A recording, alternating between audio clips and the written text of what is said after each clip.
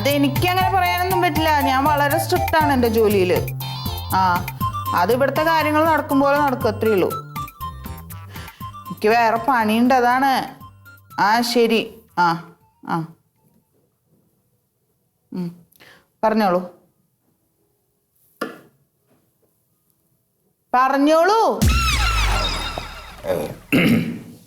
എൻ്റെ പേര് സത്യശീലൻ എന്നാണ്. ഞാൻ കുറച്ചു കാലം ഇവിടെ ഉണ്ടായിരുന്നില്ലേ, ഞാൻ ഗൾഫിലായിരുന്നു. അവിടെ ചെറിയൊരു കച്ചവടം പരിപാടിയൊക്കെ ആയിട്ട് അങ്ങനെ അവിടെ ആയിരുന്നു കുറേ കാലം. നാട്ടിലുണ്ടായില്ല. ഗൾഫിലായിരിക്കുമ്പോ പിന്നെ നാട്ടിലുണ്ടാവാൻ പറ്റില്ലല്ലോ. ഇല്ല. അപ്പൊ പറഞ്ഞോളൂ. ഇപ്പൊ എന്താ പ്രശ്നം എന്ന് വെച്ചാല് അവിടുന്ന് പോന്നു. അവിടുന്ന് പോന്നോണ്ടല്ലേ ഇവിടെ ഇരിക്കണേ? അതെ.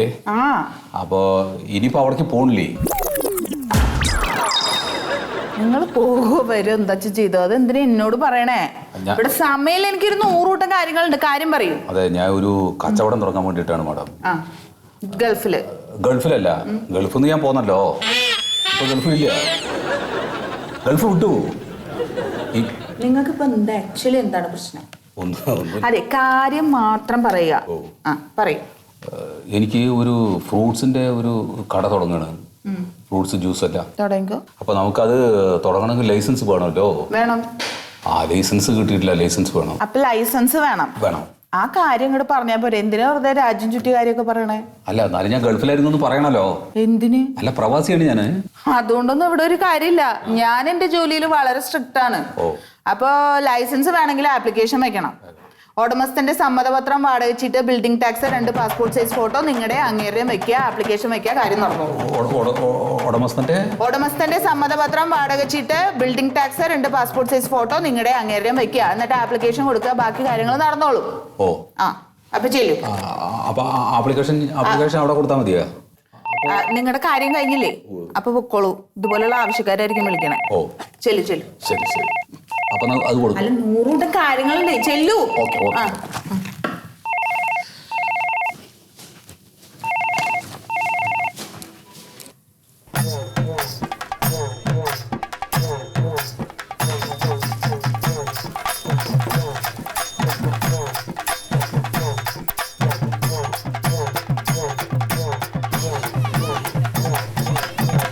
ഒരു കാര്യം ഇപ്പം ആരോടാന്ന് പറയണത്? ശരോ, തെറ്റിപ്പോവുക.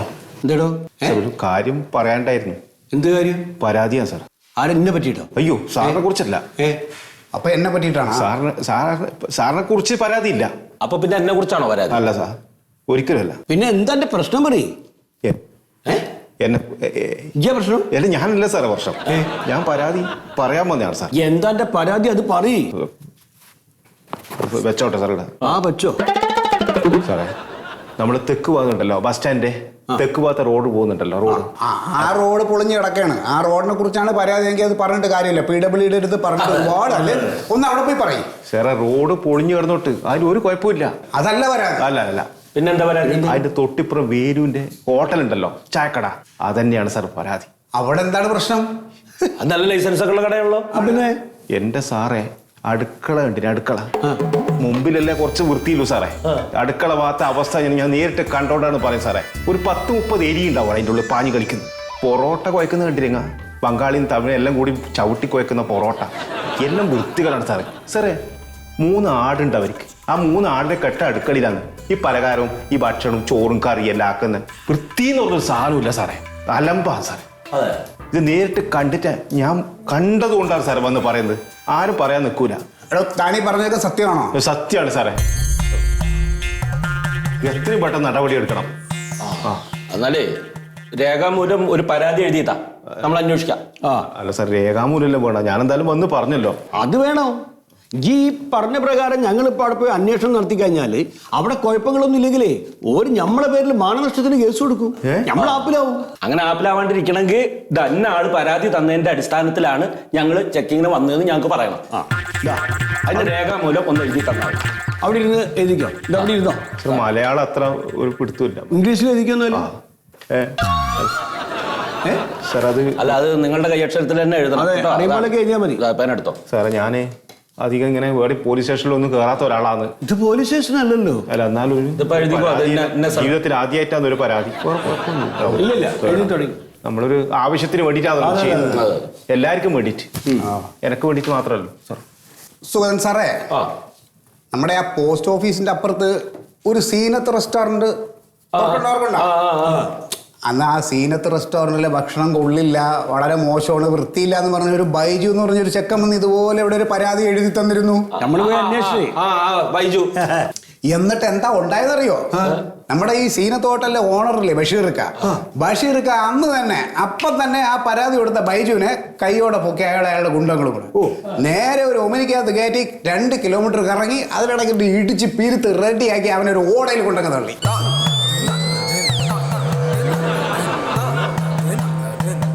എന്നിട്ട് അവനെ ഞാൻ ഇന്നലെ കണ്ടു. ഓൻ ജീവനോടുണ്ടോ? അയ്യോ, ഒന്നിനും കൊള്ളില്ല. എന്നെ കണ്ടൊരു നമസ്കാരം എങ്ങനെ പറയാൻ വേണ്ടി കൈവയ്ക്കപ്പോ 2 കൊര. ഈ സൈലൻസർ പോയ ബൈക്കില്ലേ അതിന്റെ ശബ്ദം പോലെ 2 മാസമാണ് ആശുപത്രി കിടന്നത്. ജീവിതം പോയി. ഒന്നിനും കൊള്ളില്ല അവൻ. എഴുതു പെട്ടെന്ന് എഴുതരൂ. എഴുതി കഴിഞ്ഞോ? ഇല്ല സാർ, പരാതിയൊന്നുമില്ല. ഇല്ല. ശരി സാർ. ഇതൊന്നും എഴുതിയിട്ടില്ല. ഒന്നുമില്ല സാർ.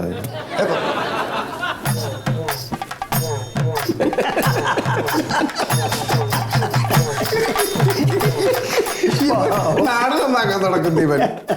അയാള് വളരെ മാന്യമായിട്ട് കച്ചവടം ചെയ്യണം. പിന്നെ ഇനി വൃത്തി എന്നൊക്കെ പറഞ്ഞാ ഈ പറഞ്ഞ ഉള്ള സ്ഥലത്തിലല്ലേ ആടിനും മാടിനും കെട്ടാൻ. ഞാനൊരു കാര്യം പറയല്ല, ഞാൻ എപ്പോ ചെന്നാലും 2 പൊറോട്ട ഇത്തിരി ചാറും ചോദിക്കും. പക്ഷെ ചാറിന്റെ കൂടെ എനിക്കൊരു 3 കഷ്ണം ഇട്ട് തരും. മനസ്സിലാണ്. പിന്നെ പഴംപൊരി മതി.